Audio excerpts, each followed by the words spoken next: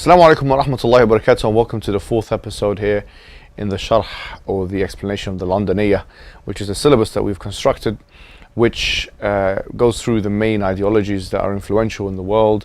Today we're going to be discussing third wave feminism. This is obviously an extension of second wave feminism, which we discussed in the previous session. So we're going to start inshallah with the reading of the poem in the Arabic as per the tradition, and then come back and explain this. وجاء موج ثالث عجيب وأمره مستغرب مريب بأنما التأنيث والذكورة ما لهما في واقع من صورة، لكنه أتى بذاك المجتمع فالاختيار في معانيها وقع مع رفضهن حالة التعنصر، يثبتن فيها بشرة لبشر وعرقه ونسبا حقيقة، فكيف خالفن هنا الطريقة؟ وقد جرت دراسة غربية في 100 من ألفهن رية عن السعادة وراء الثاني من موجهن هل بها تعاني من الضغوط قصد جمع المال وتركها الزواج بالرجال، بأن ذا قد زادها اكتئابا وقلقا يثقل المصابا، وهن طالبن بذا جهارا أقربن أن الضعف ما توارى، ورد ذا بأن ما يختلف تعامل بحاله مختلف، فما طعام الولد الذي ولد مثل كبير في الموائد يرد، وللنساء في حربنا مجال واعتمدت في خوضها الرجال، فأين ذا من دعوة استواء أليس ذا مناقض الدعاء. So the poem actually starts with some of the things that we spoke about in the previous session, which relate to second wave discourse. Also, it ends with that. So we're talking about things like the questions that the backlash literature asks second wave feminists. Questions to do with the army, for example. Why is it that those who are talking about a historical injustice are not saying that women should be drafted into the army in order to kind of calibrate or to equalize or to set right the historical injustice of the past? This is one example. But the poem also mentioned something very important on the second wave part, which is as we mentioned, one of the biggest, if not I think the biggest study that was ever conducted, which was Blanche Flower and Oswald 2001, which was a study of 100,000 women in Britain and America. And basically the study concluded that women, despite all the changes in legislation in the 1960s, are actually less happy. Now this is an extremely important study because it shows that the welfare of women has not been affected in the positive by the situation or by the changes in legislation, by the new lifestyle that second wave affected people are now leading in their lives. So these are the kind of things that were mentioned in regards to second wave feminism. And so these are very important points. These are extremely important points because once again they relate to the psychological well-being of women. The same study we talked about, Blanche Flower and Oswald 2001, actually concluded that men were happier as well, which means that women are getting sadder, men are getting happier. Why? Because now all the commitments that women have, now there's a double, you can say a double burden. It's a term that is used in feminist literature sometimes. That there's this double expectation, and a man actually has less of an expectation. No longer does he have the same traditional expectation of, having a family, nuclear family, and resource extraction, all these kind of things. So clearly, feminism hasn't worked, which is why a lot of women actually, at least in the West, some studies have been done, you can do your own research on it, in Germany and Britain and other countries, actually don't associate with feminism anymore. When they're asked how many, do you consider yourself a feminist, sometimes the vast majority of women actually in a society don't even agree to call themselves feminists.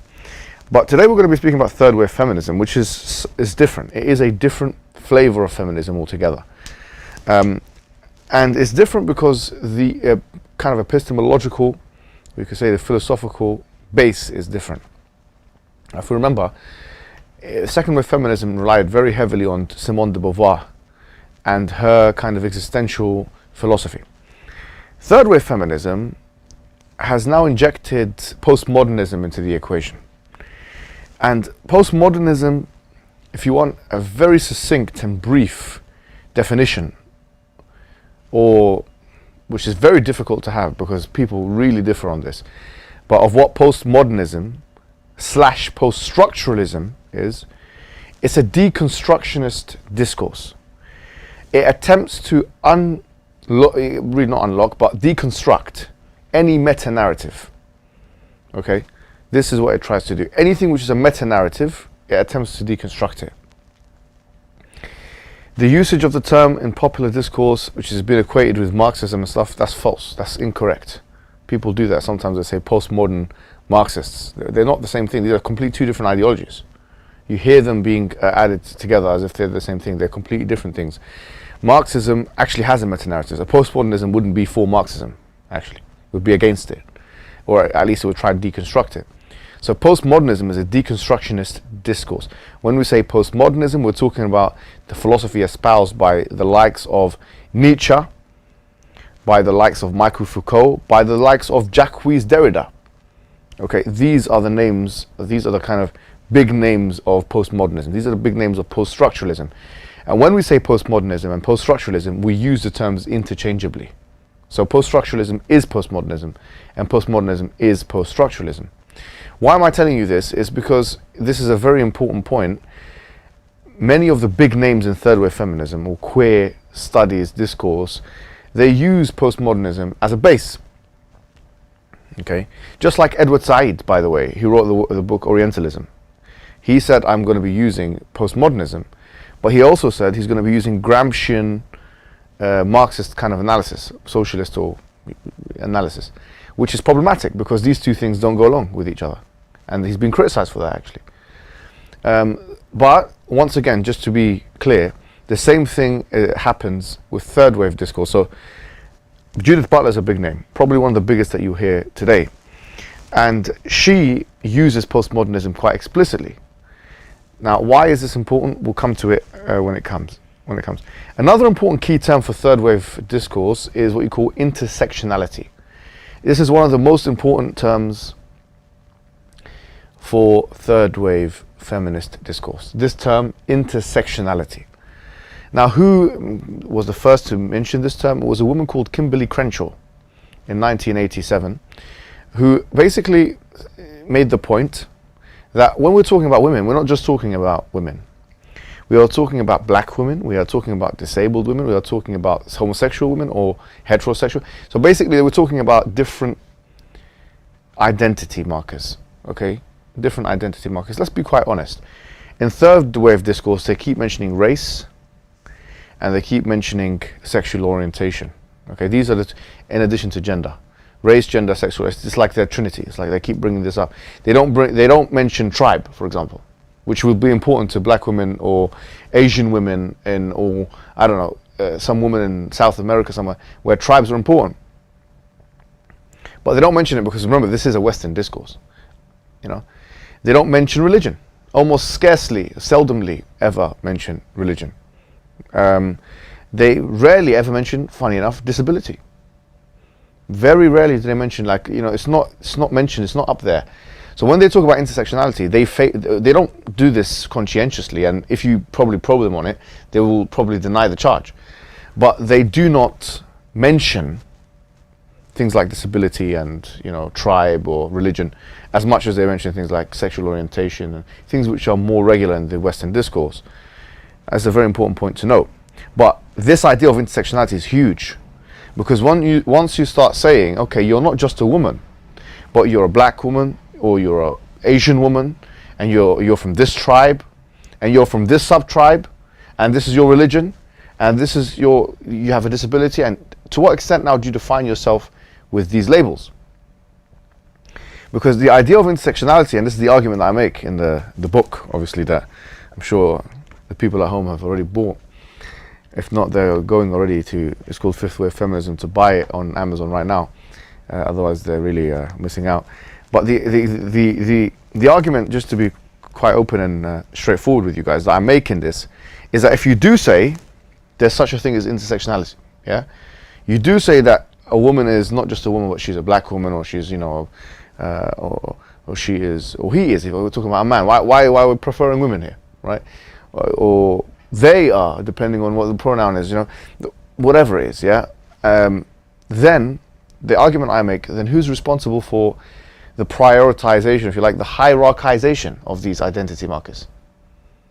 Because if we say that womanness, whatever that may mean, obviously that's going to be a subject of great contention today, or femininity, which will be rejected by most third waves anyways, but whatever it is, you know, homosexuality or lack thereof, heterosexuality, bisexual, whatever it is, these things are the most important thing. Okay, who gave them the permission to hierarchize it in that manner?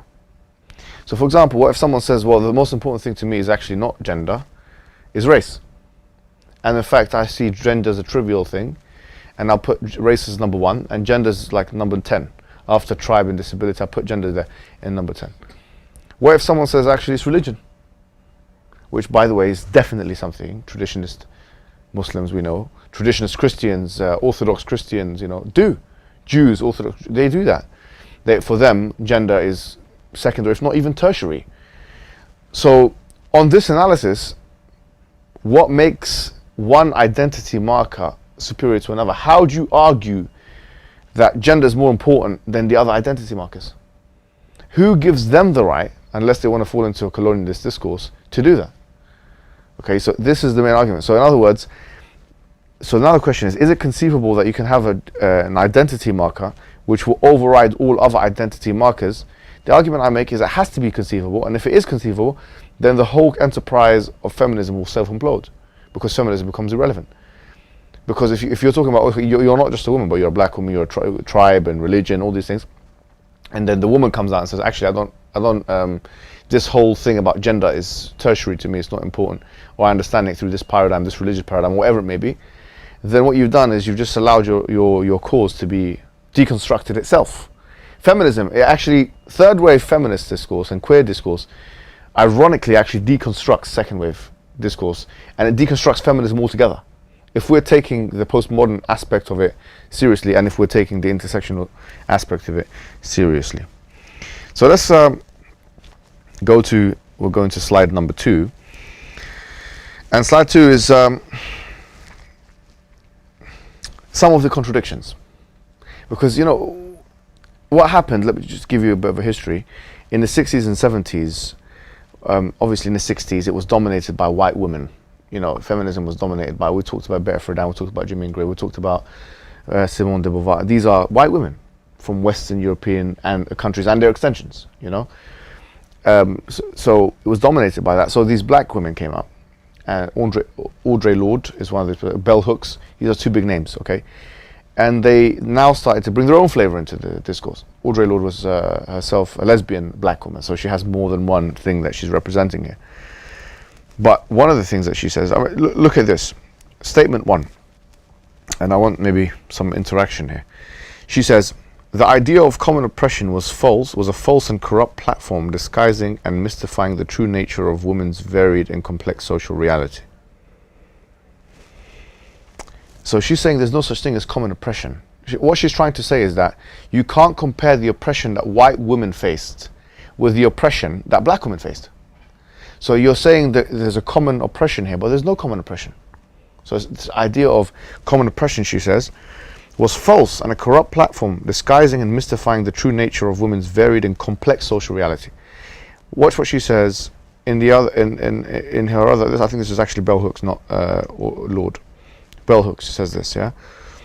It should be confused bell hooks, not confused Audre Lorde, by the way, in the thing. She says there can be no mass-based feminist movement to end sexist oppression without a unified front. So you see this. What's the problem here? She says, what's the issue? What's the tension in the 2 statements?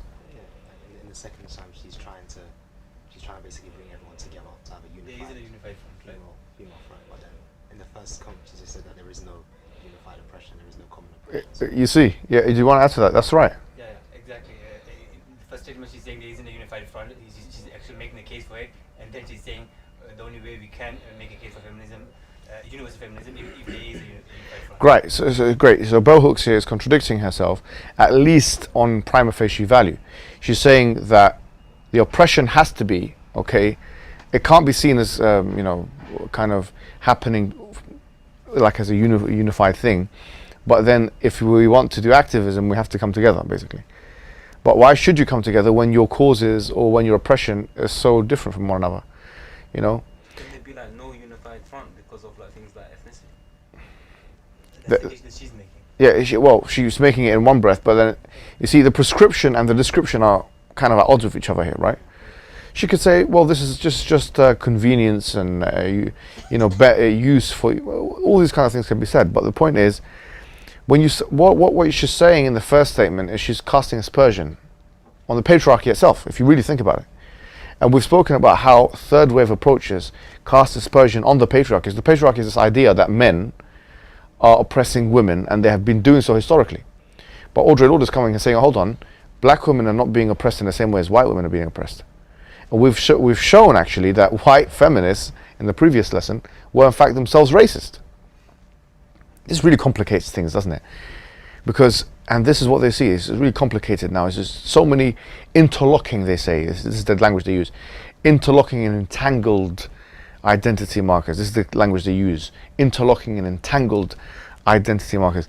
And it creates confusion within the movement. It makes activism less alluring, because why should I join hands with a white woman who's probably oppressing that black man that's on the other side of the, you see, why should I do that, you see? And so it weakens activism. It does weaken it. When you have a binary, it actually strengthens the us versus them kind of mentality.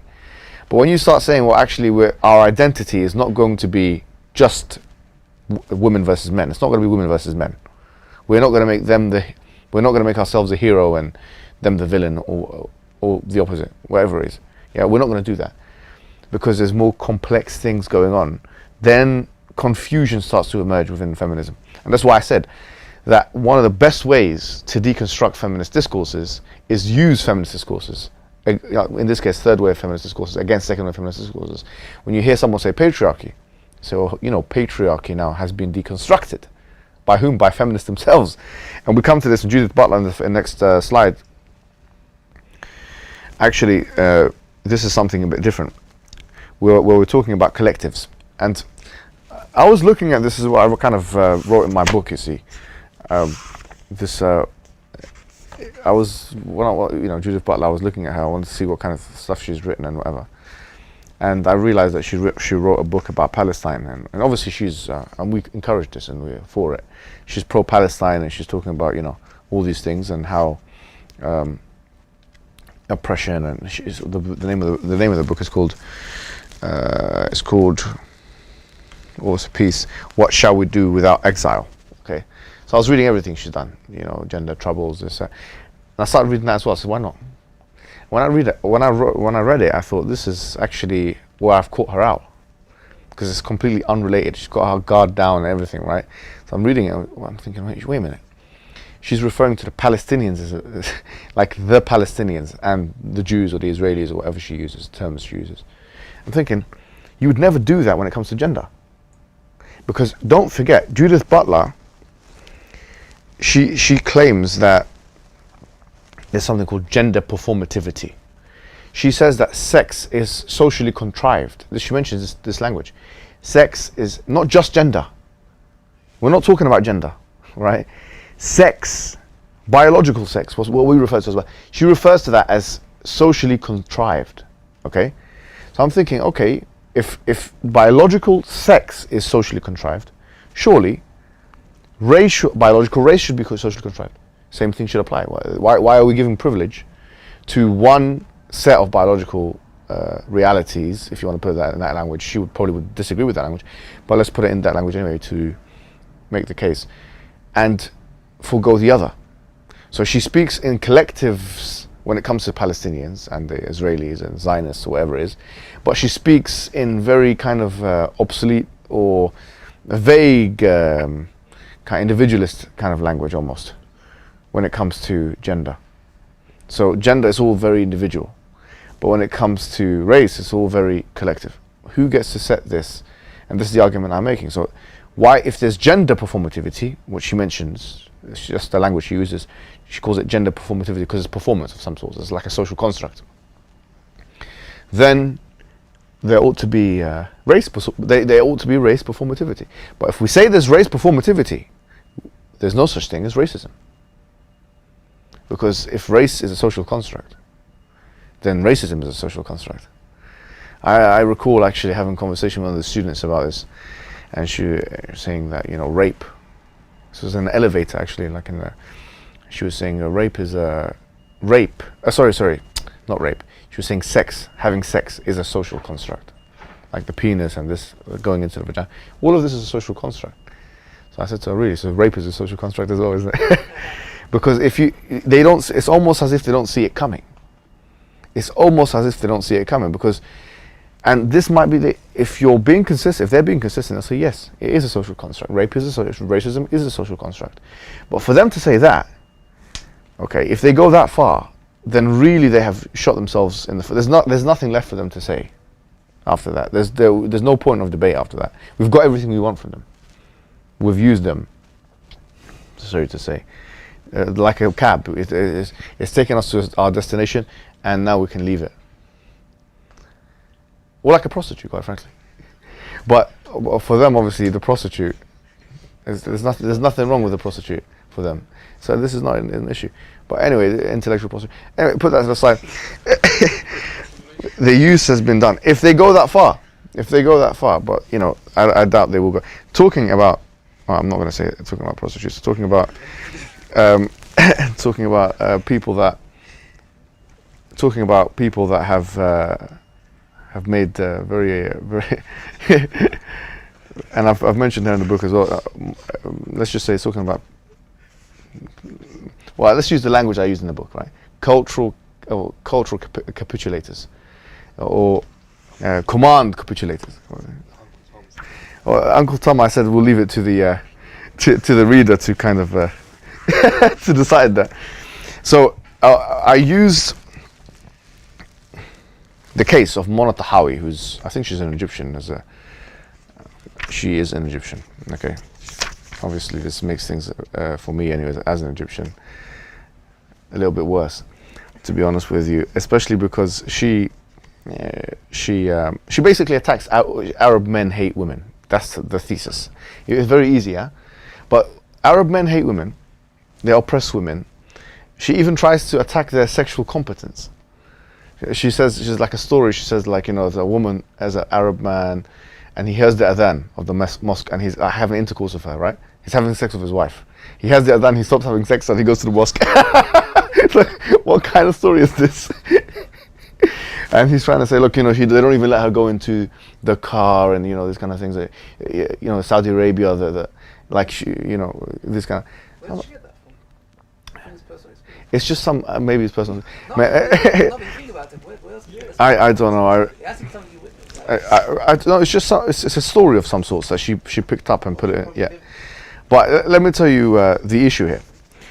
And this is what I challenged her to do. Obviously, I don't know if you even know she read this thing, but she's actually written her article, Why They Hate Us, on Foreign Policy magazine, yeah? And this is you can say she's second wave, but she's a crude second wave. She's not even representative of mainstream second wave kind of opinion. And they get these women that are usually from ethnic backgrounds to say things that they could never say themselves. You'll see this as a recurring theme, by the way.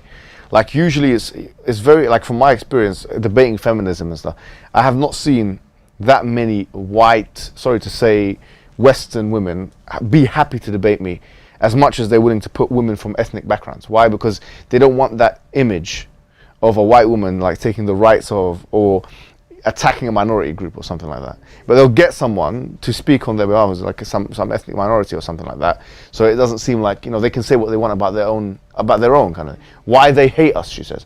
So I say, obviously now let's think about it. She says Arab men are X, that they hate women, okay? And she even uses Islam as one of the reasons. She says it's inspired by religion, Islam, and so on. And you can see online what she says. She's Mehdi Hassan. She's interviewing him, and she's online. You might have seen it yourself. You've seen it. She's a very arrogant woman. But the question is now, using third wave discourse, how would we combat this? I mean, the third waves would have a field day with this. What would they say? Well, I mean, what do you think Judith Butler would say? Yeah, so what was this men thing? Who are you defining as men? Who here are the Arabs even? Well, she would be foolish enough to contradict herself in that regard. But you see, these kind of things. But she would definitely be against this orientalizing Arab men. But my question is, why Arab men? Why not black men? She's saying it because she's an Arab. But had she said the same thing about Jews, or I say that, you say it about Jewish men. Because if it's about cultural practice and religion, Orthodox Judaism is very similar to Orthodox Islam in practice. Oh, astaghfirullah, worse, what are you trying to say? And worse implies there's something bad in the first place in the other, in the comparison. It's more conservative, yeah? It's more conservative, you can say. It's more. So, okay, with Orthodox Judaism, she wouldn't say that because she would be slapped by her masters, actually, the ones who put her foreign policy. It's a right-wing paper. She didn't even say, she was talking about Afghanistan and these kinds of things. And this was, I think, in 2012, a long time ago she wrote this paper. But she was talking about Afghanistan. Why don't you talk about America that was taking the rights away from women, in Afghanistan? How many women did they oppress there? They were talking about, Iraq. She had the guts to talk about Iraq and these countries. But she wouldn't, obviously, Foreign Policy magazine is a right-wing paper. She wouldn't dare say that. They would not accept her. But it's the same thing. She wouldn't be speaking about black people in that way, black men, because if she did, it would be racism. She'd be laughed about. It's okay to say that if you bring Islam into the equation. But the point is, if we now we don't need to fight this that much now. If you're confronted with this kind of rhetoric by people, you have to use, and this is what I'll put to you now, you have to use the exact language that third wave feminists use. Because you'll even get support from them. You'll be surprised. Say, look, this is a universalizing, generalizing, there's interlocking things, and the same language they use about the patriarchy, about oppression, about binaries. This is a binary, they say. It's an unacceptable binary. And that language, if you start using it against them, someone like her will start realizing how embarrassing their argument is. Okay, so how do you answer someone who speaks like that? You have to use the language of their masters. I personally believe, obviously, like this goes without saying, you're not going to use Islamic language. Allah, and they're already attacking Islam. Use their own qawaid, if you like, their own principles against them. Okay. The next thing we're going to talk about today, I'm just going to go back to the slides, is domestic violence and FGM. Domestic violence and FGM. Now, these are hot topics, right? They're hot topics of the second wave. But why am I bringing it into discussion about third wave feminism? Because the question is very important of definitions. And if you're employing a post-structuralist or post-modernist framework, definitions like the one that's mentioned here for domestic violence becomes really problematic. Look at the definition of domestic violence according to Kumaraswamy, 1996. She says, violence that occurs within the private sphere, generally between individuals who are related through intimacy, blood or law, is nearly always a gender-specific crime perpetrated by men against women. This is a definition. It's not a... Tell me what's wrong with the definition, and what can you say if you're going to use a deconstruction? Let me say the definition one more time, yeah? So it's violence. It's on the slides, yeah? I sent you the slides, yeah? Violence that occurs within the private sphere, generally between individuals who are related through intimacy, blood or law, it is nearly always gender-specific crime. Nearly always, yeah? No, but I've sent it to you. I'll send it to you again. Okay, that's fine. Perpetrated by men against women. Okay. What perpetrated by men against women? This is meant to be a definition of the term domestic violence. It's a definition. What's the problem here with this definition? Already only men can be guilty of this. Well, to be fair to her, she says almost, yeah. You see, so it's almost what you call question begging. It's like, when you have your in logic, when you have your conclusion, your premise, it's like you've already assumed. Before you want to go find out about domestic violence, you should have a neutral, right? You should have a neutral thing which doesn't already incriminate one of the two genders. If you flip this around and make this about women, talk about what is domestic violence, why is it always by men against women? What about children? We talked about this last time. The definition doesn't even input children. Why can domestic violence not be done against children? And if it is done against children, the majority of, according to the NSPCC, of crime is by their mother, not by their father. So this definition would fail on that grounds.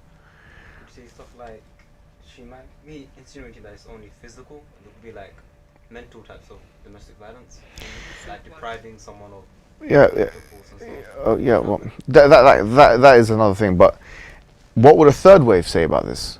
To get back to the point, what is the third wave? What would a third wave say? They dispute them. Yeah, they exactly. They dispute that in the first place. They dispute that in the first place. Now, the truth of the matter is, they talk about domestic violence in the Muslim world. So this woman called Lisa Hajar, yeah, who's one of maybe the command capitulators, she was doing some studies on the Middle East, which is obviously a big area, okay? And she admits there's no data on the Middle East.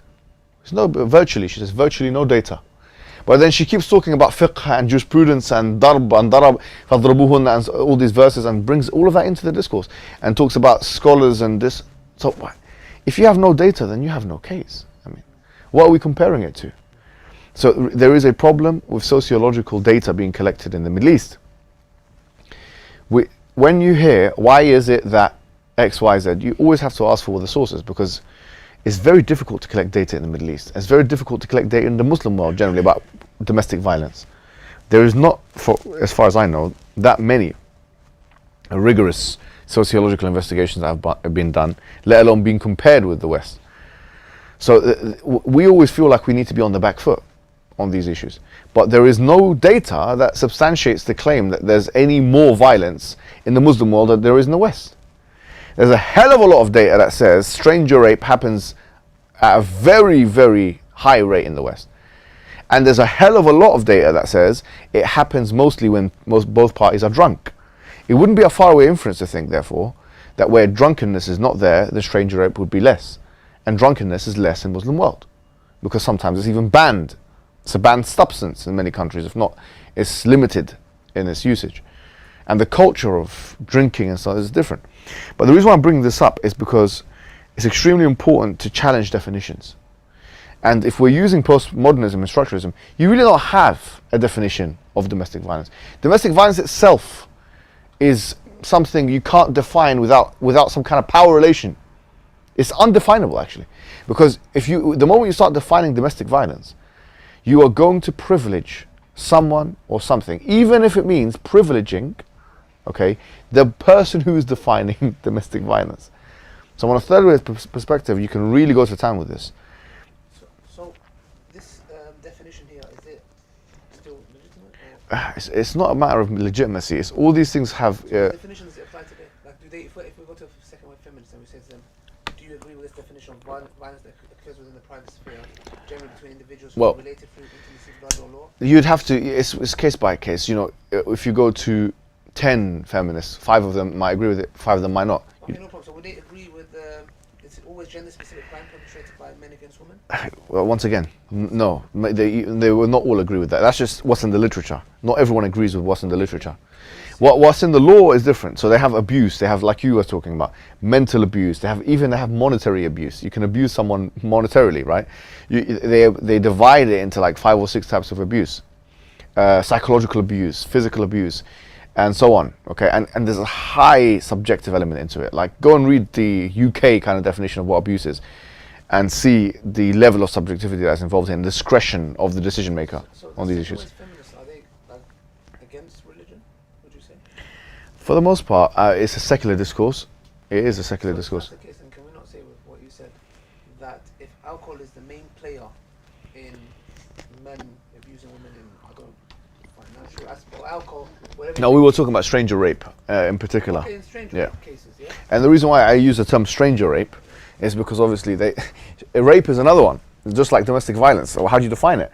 Catherine McKinnon said sex is rape. Just having sex with a woman is rape. Just having intercourse with her. So she's a product of rape herself, according to. Yeah, even there's consent. Yes, she says it's rape. Because there's a power relationship, she says. The man's always going to be taking advantage, you see. But that's an extreme understanding. Most second wave feminists would not take this. And that's why I'm saying there's a spectrum of definitions. There is no uniform definition of rape in second wave feministic, let alone third wave. And the third wave becomes even more difficult. And if you're having a discussion with someone, okay, about rape, especially if they're third wave, then you can say you don't have a right to define it. You can actually make this point. If post-structuralism or postmodernism is your foundation, you don't have a right to define anything, because the moment you define it, there's a power relation involved in that. Meaning you are defining it. You're giving your own definition privilege. And if you're giving your own definition privilege, there's a power relation there. And if there's a power relation there, then that should be deconstructed like any other meta-narrative. So these are important points. But let's go to another point here, which is FGM. Okay, let me read out what the WHO says is female genital mutilation. Okay, there are 4 types according to the FDA. In slide 6, you can see female genital mutilation is classified into 4 major types. Type 1, and by the way, on the website, let me just be clear, it says girls and women. Okay, so this is not a matter of doing it to children against their will, assent versus consent. No, these definitions are applicable to women. Okay, the women that are kind of pressured to do this by society, or any kind of woman who falls into these 4 things, she is doing female genital mutilation. Type 1, this is a partial or total removal of the clitoral glands, the external and visible part of the clitoris, which is a sensitive part of the female genitals, as if we didn't know that, and or the prepuce, clitoral hood, the fold skin surrounding the clitoral glands. Type 2. Yeah, I was just showing it. Type 2 is the partial or total removal of the clitoral glands, and the labia minora. So these are the labia, are the lips, if you like, of the vagina. The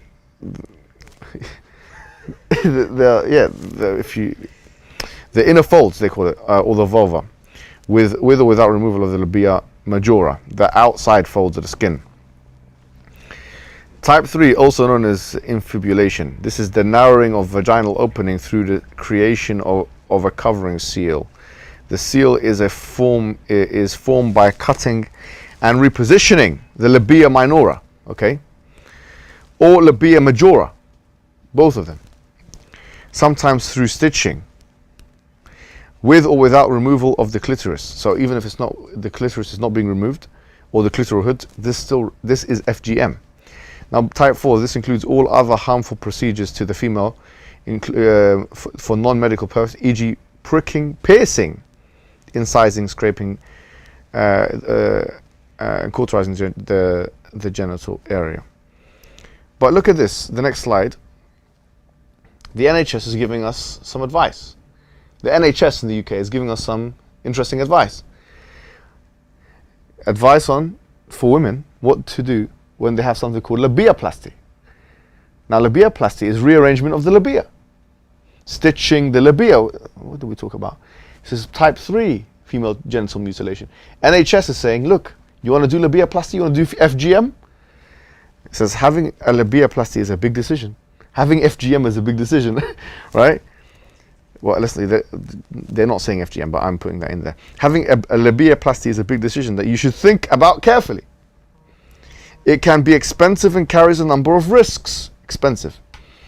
There's also no guarantee that you'll get the results you expected. And it will not necessarily make you feel better about your body. If you're thinking of about having a labiaplasty, discuss it with your GP first. You may have a condition that's causing discomfort, which can be treated, or there may be a reason why the operation is not suitable for you. Your GP may advise you to speak to a counsellor or psychologist before committing to surgery. But let's put labiaplasty aside. SGS, SRS, sexual realignment surgery, where a man is removing his penis for all intents and purposes. Tell me that's not FGM. Well, MGM, right? And I'm not talking about, the cinema, or I'm talking about male genital mutilation. How could that not be in that definition? That is 100%. It must be.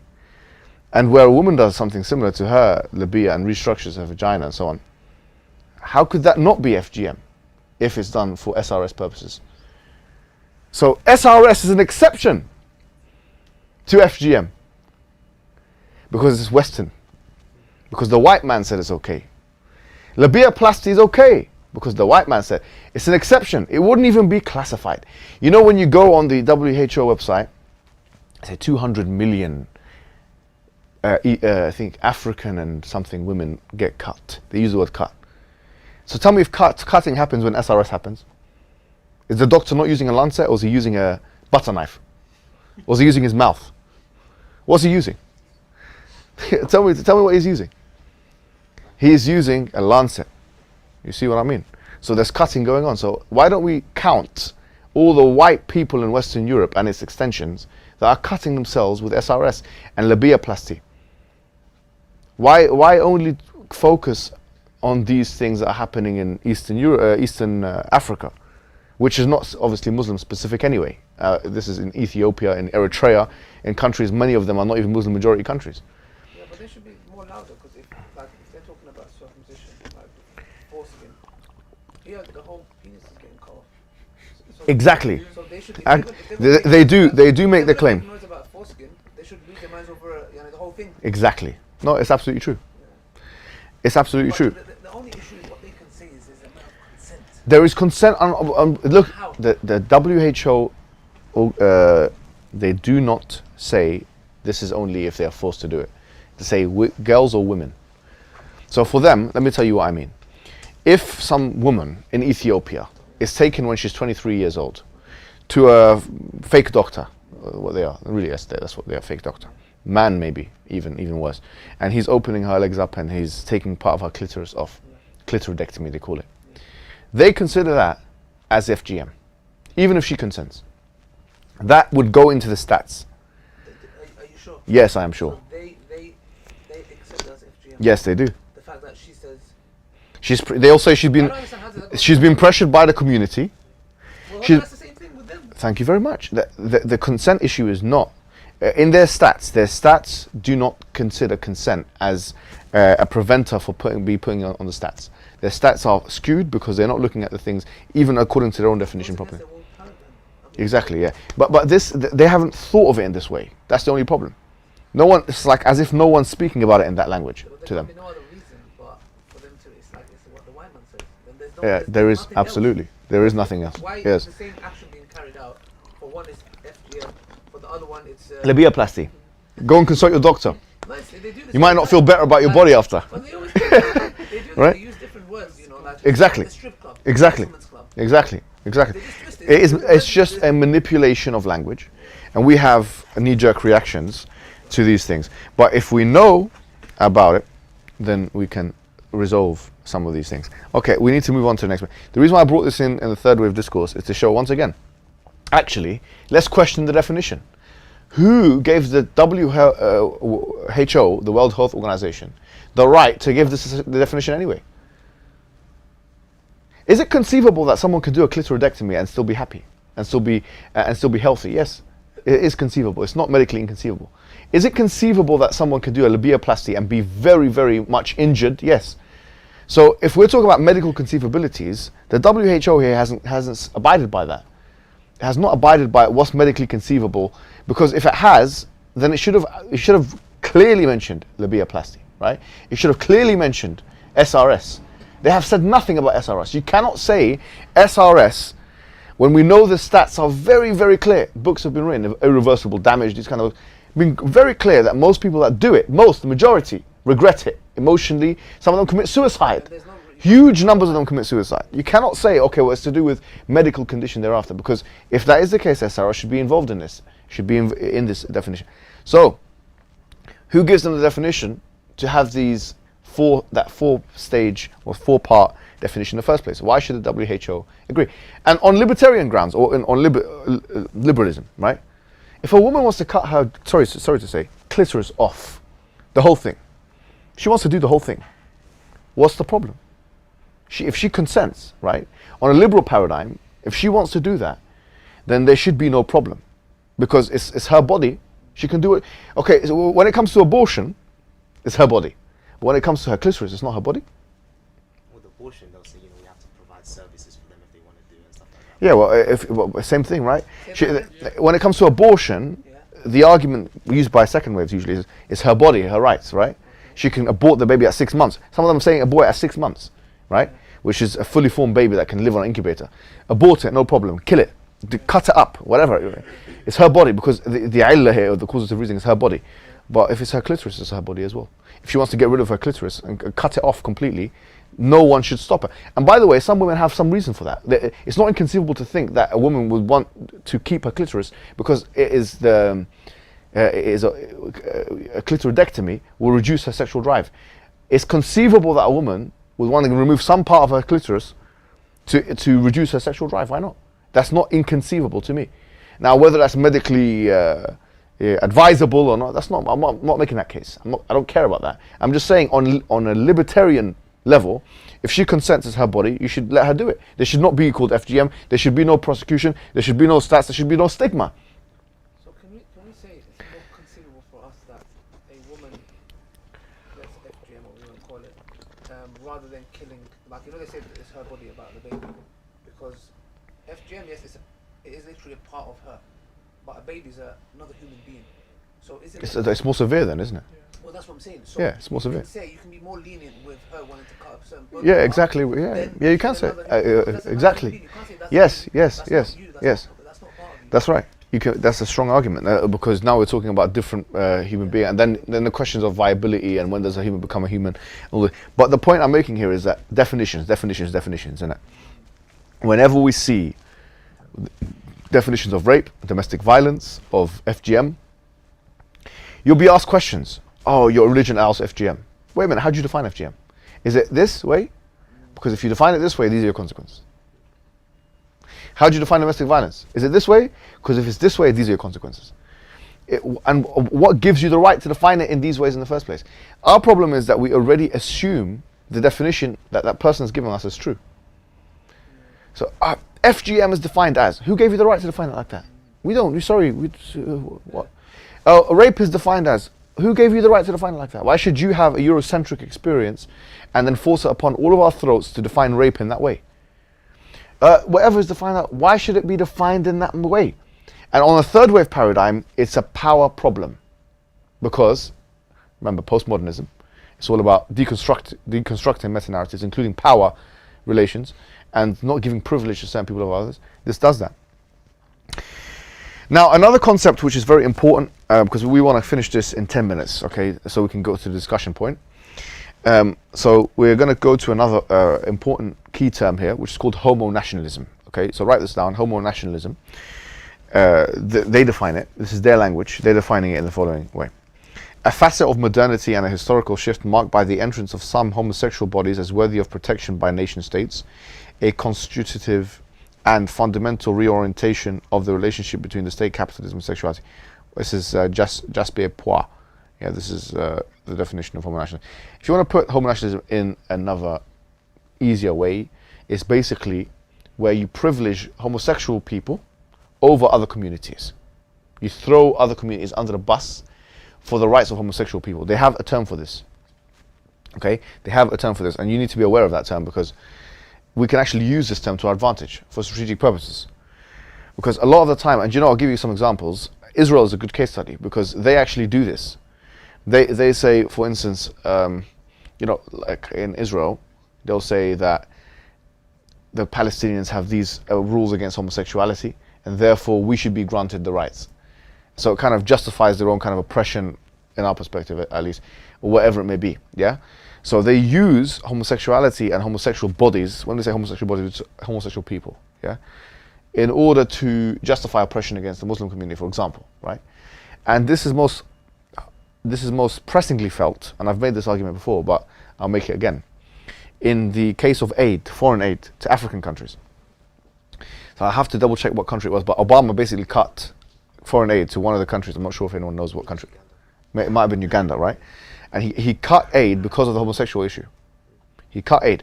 Now, if you think about what's happening here, he is privileging homosexual bodies. Okay, so homo-nationalist agenda, right? He is privileging homosexual bodies over and above, in this case, actually children, because they will be they'll be at a loss when the aid is not there. So you can conceive that, because in a sense there's kind of like opportunity cost in his mind, and the opportunity cost says, if these guys don't implement pro-homosexual rights, then I am willing to see the economy of this country go down to the extent where it could affect young children in a medical manner, or can kill them.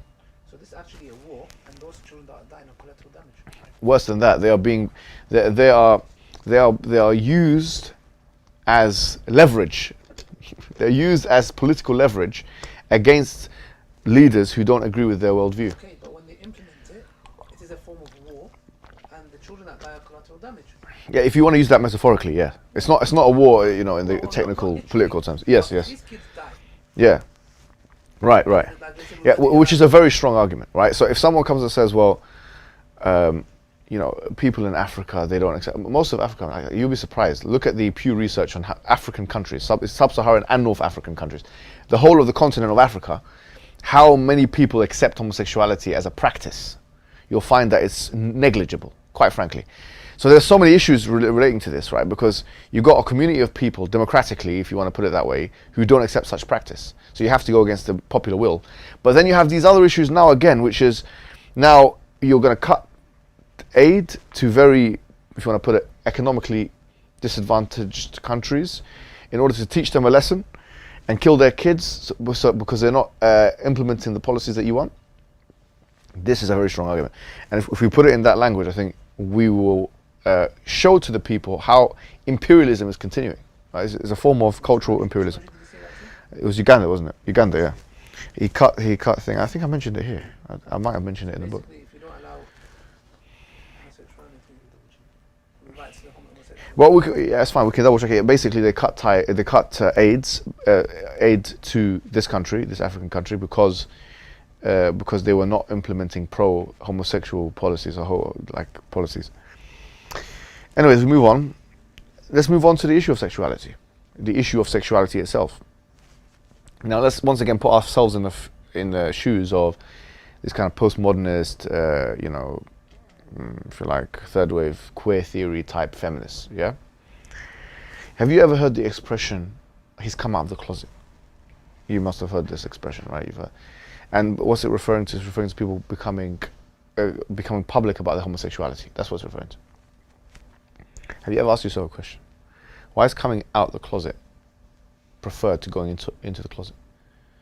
Like who, and let's put this in formal terms, who sets the criterion that sexual expressivism is preferred to sexual suppressionism, put in that language?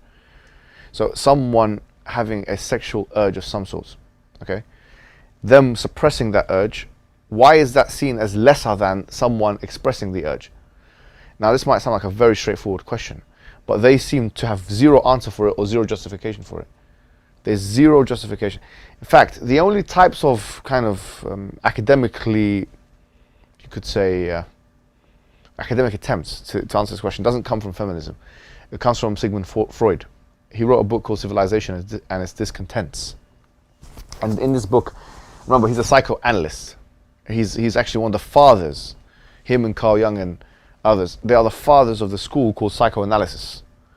And he basically had this idea that you have three parts of your psyche, if you like, the id, the ego, and the superego. This idea was also adopted by Jung and others. And the idea is that you have the unconscious mind and you have the conscious mind. The ego, the id is the bestial, if you like, impulsive self. The ego is societal, civilizational rules, and the superego tries to balance between the two things. Okay, and this is his idea. But what he basically argues in Civilization Discontents is that when you're a child, okay, you are being told by your parents what to do. And then instead of your dad telling you what to do now, is society replaces your father. So what he says is the solution for this. Instead of saying, okay, well, therefore you have to adapt to the new situations or whatever, he's saying, no, the best thing to do now is to release society, or society should now limit that role and not tell people what to do, so that people can express themselves in whatever way they can. And because that will be the expression of the true self and whatever, a way of putting it in Maslowian terms, reaching self-actualization or whatever it may be. But this has now become a philosophical argument. If you've noticed, it's no longer psychology. It's not saying that you'll be better off. He's saying that this is the preferred thing to do. Now the question is, a lot of this, by the way, is we have to be very, very careful, because we think, okay, well, we have to have Muslim counselors and stuff. It's more pastoral point, but we have different ways that people in counseling. You have the CBT method, cognitive behavioral therapy, where they try and rationalize everything. And then you have the psychoanalytic method, and they have something called the talking cure, and they have hypnosis, and these things are all connected with psychoanalysis. And the talking cure, if you ever have a counseling session with a guy or a woman that believes in psychoanalysis or has it as their school of thought that they've been taught, the main thing that they'll tell you is let the person speak. They should let you speak at least 90% of the time. It's like you're solving your own problems. But to what extent is that actually helping you? You're just talking. But how did you feel? How this and that childhood experience? Okay, but the person needs guidance. That's what we say. Okay, that's not going to help them. It will help them to some extent, and talking cure is all good, very good. Hypnosis might be very good, no problem. I'm not disputing the validity or the efficaciousness of these things to some extent. But what I'm saying is, if it's left like that, for us it's like you've let it all hang out, but you've not let anything collect the breadcrumbs and make it into a loaf, if you like. There's nothing there. So you'll find a lot of people that finish with these kinds of therapies are very dissatisfied, actually, because there's we were looking for some kind of guidance here. And so we've got to be aware of that, because it's all interconnected. The idea of sexuality being expressive, that we believe we're not monks and people that believe in monasticism, believe that they should be expressed, sexuality should be expressed, but within time, within place, within reason. And this is, we have a moral system which says that sexual suppressionism, or not even just sexual, وَالْكَاظِمِينَ الْغَيْظَ وَالْعَافِينَ عَنِ النَّاسِ, the Quran says those who suppress their anger. These kind of things, they should be suppressed. There are some human emotions that should be suppressed, and you'll find an outlet for them some other place, some other time. This goes head to head with these kinds of notions. We need to be aware of this. You need to be aware of this. And so if you want to put it formally once again, there's no reason why we should prioritize sexual expressivism over and above sexual suppressionism. We say that there are times where one should be preferred over the other, and the other should be preferred over one. But it doesn't, when it comes to heterosexuality and homosexuality, the idea of coming out of the closet as being the preferred modus operandi type thing to do in terms of morality is not justified on first principles. And once again, we ask them to give the evidence for that. And it goes back to asking, the burden of proof is upon the one that's making the claim. And that is an active claim which requires a burden of proof. And so, with that, we've got 1 minute left. I will conclude, but just to summarize what I started off with the intersectionalist approach, one of the key things I think really has worked on the field is the idea that if you believe in intersectionality, if you get the interlocutor, and most feminists will believe in this, and they will agree with it, all you have to do in terms of argumentation is get them to agree to intersectionality, get them to agree to the different identifier markers, race, religion, whatever, sexuality, and then get them to agree that the prioritization, the hierarchization should be left to the subject. And if the subject decides that religion should override everything, then you do have an official implosion of feminism. So intersectionality is our way to destroy feminism itself. And no doubt, as we've seen, it's deconstructionist in nature because of postmodernism. So it deconstructs second wave feminism as well. And with that, we conclude. وجزاكم الله خيرا والسلام عليكم ورحمة الله وبركاته.